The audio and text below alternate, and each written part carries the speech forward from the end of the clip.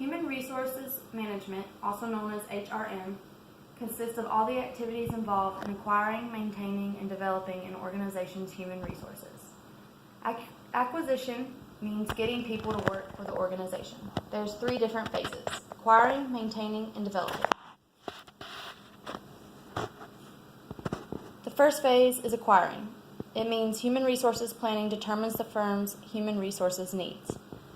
Job analysis determines the exact nature of the positions. Recruiting attracts people to apply for positions. Selection chooses and hires the most qualified applicants. Orientation acquaints new employees with the firm. Maintaining good human relations with employee satisfaction. Employee relations increases employee job satisfaction through satisfaction surveys, employee communication programs, exit interviews, and fair treatment. Compensation rewards employees' efforts through monetary payments. Benefits provides rewards to ensure employee well-being. The development stage trains and develops the employees' new skills, new jobs, and more effective ways of performing their present jobs. Performance appraisal assesses employees' current and potential performance levels. Responsibility for HRMs. They share responsibility with top-line managers and staff specialists as the firm gets bigger. Human resource planning and job analysis are usually carried out by staff specialists with input from line managers. Human resource planning. This is the development of strategies to meet a firm's future human resource needs. This process includes a strategic plan, forecasts future demand for HR. It determines whether the HR will be available, and gives steps to match supply with demand. Human resource demand. This helps managers develop a more cost-effective recruiting and selection strategy, as well as recognize threats and opportunities. Planners should base HR demand forecasts on all relevant information available. The strategic plan will provide information on future business ventures, new products, and projected expansions or contractions of specific product lines. Technology has made available employee demographics, performance training, and internal movements. Forecasting human resources supply. There are 2 different techniques. The first one is replacement chart. It's a list of key personnel and their possible replacements within a firm. It is important to maintain this chart to ensure that top management positions can be filled quickly. The second technique is skills inventory. It's a searchable database containing information on the skills and experience of all present employees, which can be used to find candidates to fill available positions. In this technique, it uses skill assessment tests that provide information in a skills inventory. It can be administered internally or by outside vendors. Matching supply with demand. If demand is predicted to be greater than supply, they must recruit new employees. If supply of employees is predicted to be greater, the firm must take steps to reduce its workforce. If temporary companies implement a hiring freeze, cut back on hours or benefits, or dismiss employees until they are needed again. When taking supply and demand into consideration, there are 3 different phases that help. Attrition is the normal reduction in the workforce that occurs when employees leave a firm due to retirement or finding a new job.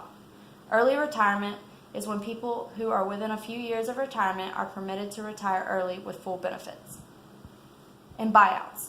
It's when employees are offered a severance package in order to leave their job. Another important field in HR is cultural diversity.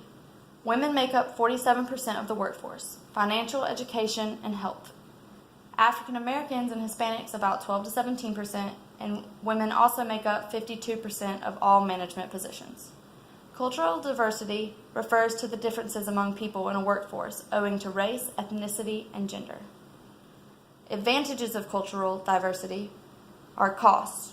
Cost of poorly integrating workers increases with diversity. However, companies that handle diversity well can create cost advantages over those that do a poor job. Companies can also reduce costs by hiring culturally sensitive and trained workers.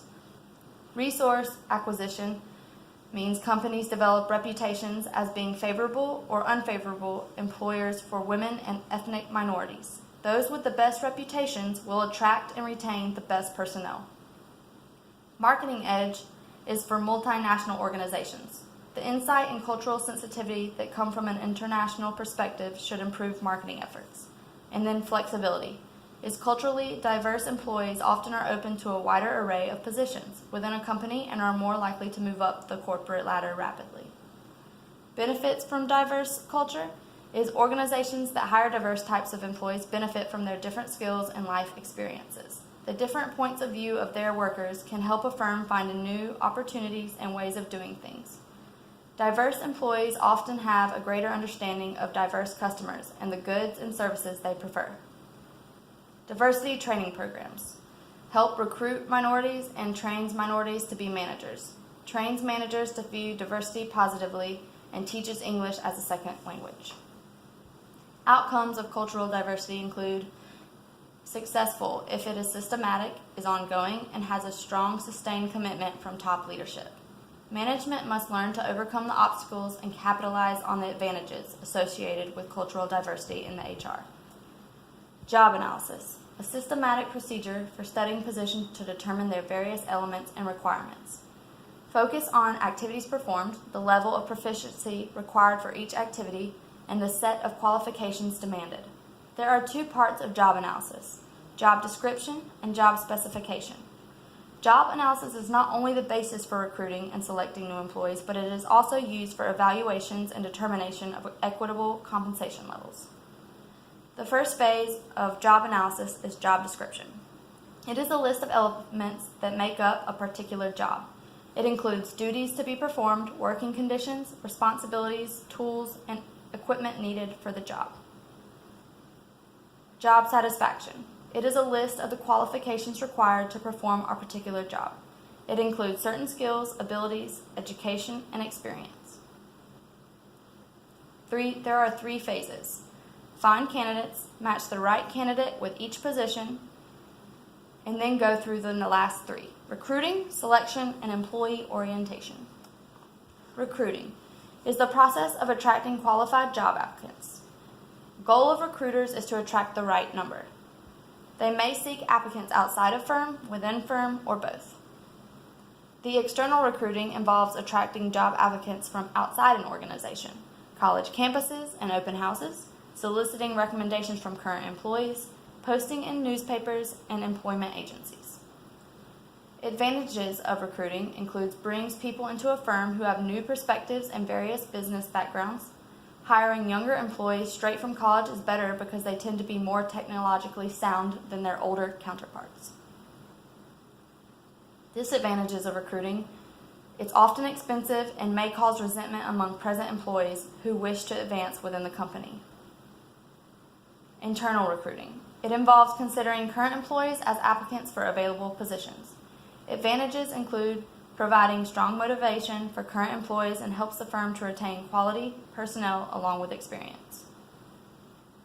Selection is the process of gathering information about applicants for a position and using that information to choose the most appropriate applicant. Line managers are responsible for position select applicants. HRM help to reference applicants also. They look for candidates who know more about their area of expertise than you do. They seek out candidates with future potential, and they network to identify possible candidates before you have an open position. Reviewing applicants includes employment applications, resumes, employment tests, interviews, references, and assessment centers. The last step is orientation. It's the process of acquainting new employee with an organization. It takes you from the location of the company cafeteria to career paths with the firm. It gives you a tour of all the new opportunities that are now a part of your life. Compensation and benefits also has to do with HR. 1, they enable employees to satisfy basic needs. They provide rewards comparable with those offered by other firms, and they distribute them fairly within the organization. They also recognize that different people have different needs. Conclusion.